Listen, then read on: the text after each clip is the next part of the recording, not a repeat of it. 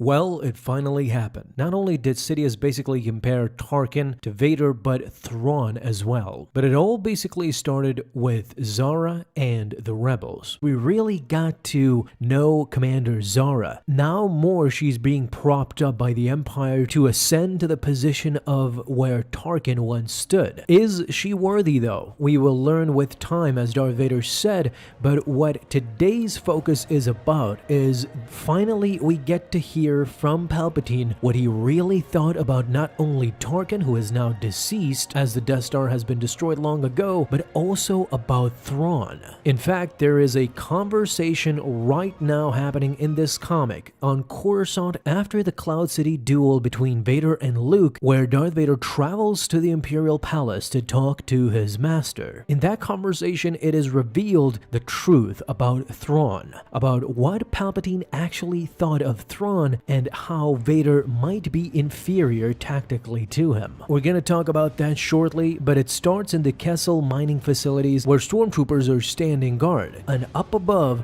Commander Zahra is just overlooking the entire operation. An Imperial at that time walks in, tells Commander Zahra that they have an incoming transition for her. Sarcastically, Commander Zahra tells him that who would call the likes of her? Is it Emperor Palpatine himself giving her a medal? No, but it was close according to the lieutenant. It is Darth Vader. This made Zahra jump out of her seat. She ordered the lieutenant to prepare her uniform at once. Vader, who had some time ago been introduced by Tarkin to Commander Zahra, knew exactly who she was. She was Elian Zahra. She worked closely with Governor Tarkin before he unfortunately perished on the Death Star. Vader knew how fondly he spoke of her on occasion, and Vader knew that Tarkin had given her instructions on Tarkin's methods, strategies, and tactics. Zahra agreed with Vader. Tarkin was once a great teacher, a great mentor to her. Tarkin had molded her into what she became today. And that's when Darth Vader was puzzled. He noticed a note in her file indicating that she was to be given non-essential duties until further notice. You see, in a previous mission, Zahra had failed Tarkin. Tarkin did not take this lightly. In fact, he wanted to punish her so severely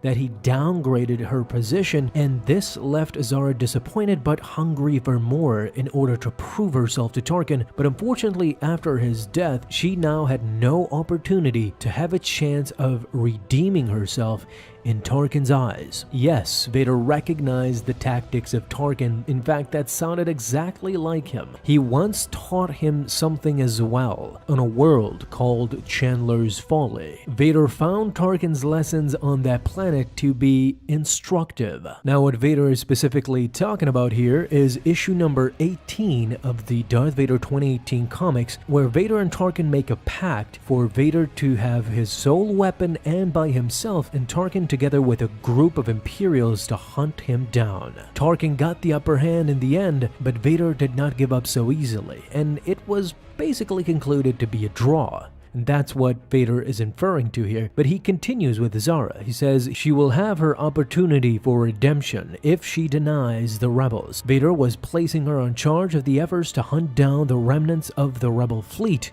and she will be giving all the necessary resources. Of course, this left Zahra just clamoring for more. She will not fail him, and Vader assured her to not do so, as now not only Vader knew her name, but the Emperor knew her name as well. This will either be the greatest opportunity of her life or the worst moment of her life. Time only will tell. Now, how, you may ask, Vader came to this conclusion? Well, on that conversation that we talked about between Vader and Sidious, according to Vader, after destroying them on Hoth and trapping them on Cloud City, much of the rebel fleet has just scattered into smaller cells. But Palpatine was determined. They are to be hunted down and destroyed, every last ship, every last rebel burned to ash. It must happen now while they're at their weakest, disorganized and afraid. Vader asked, is that his final wish? But now Palpatine went into pragmatic mode. You see, in the past, Thrawn or Tarkin would be the perfect people for this assignment, but both of them are now gone, and few in this empire had risen to the level of their skill. At first glance, you might be thinking that Vader is actually elevating Thrawn and Tarkin above Vader, which one could make the case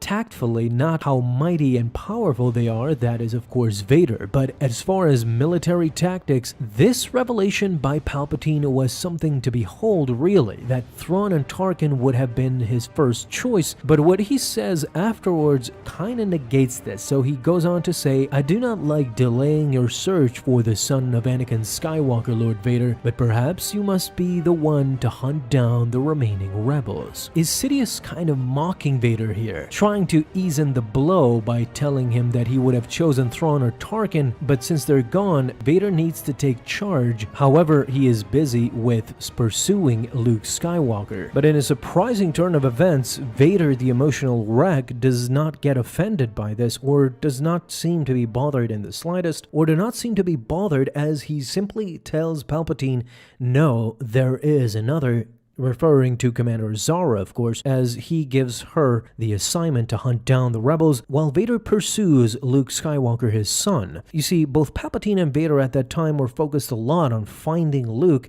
and turning him to the dark side, while the rebels were minuscule at this point. However, Palpatine knew the importance of crushing them while they were weak. So it would have been amazingly interesting if Thrawn or Tarkin were still alive.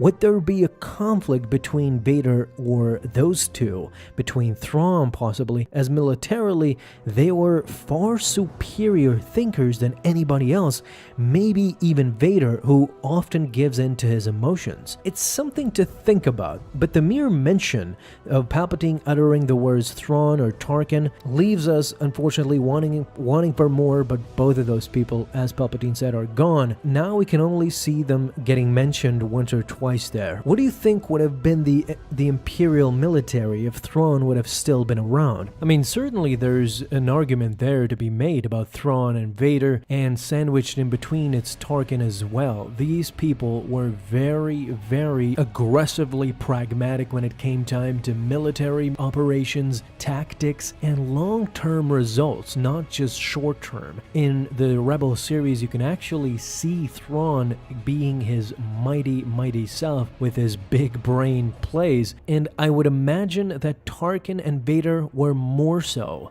Vader, we know he's a brutish weapon, but Tarkin as well. You know that Tarkin has that mind in and of itself, although it failed him not only saving the Death Star, but saving his life as well, unfortunately. Talk to me down below in the comments. I would love to know what you guys think. Thank you guys so much for watching this video, and if you enjoyed, leave a thumbs up down below, subscribe for dailies.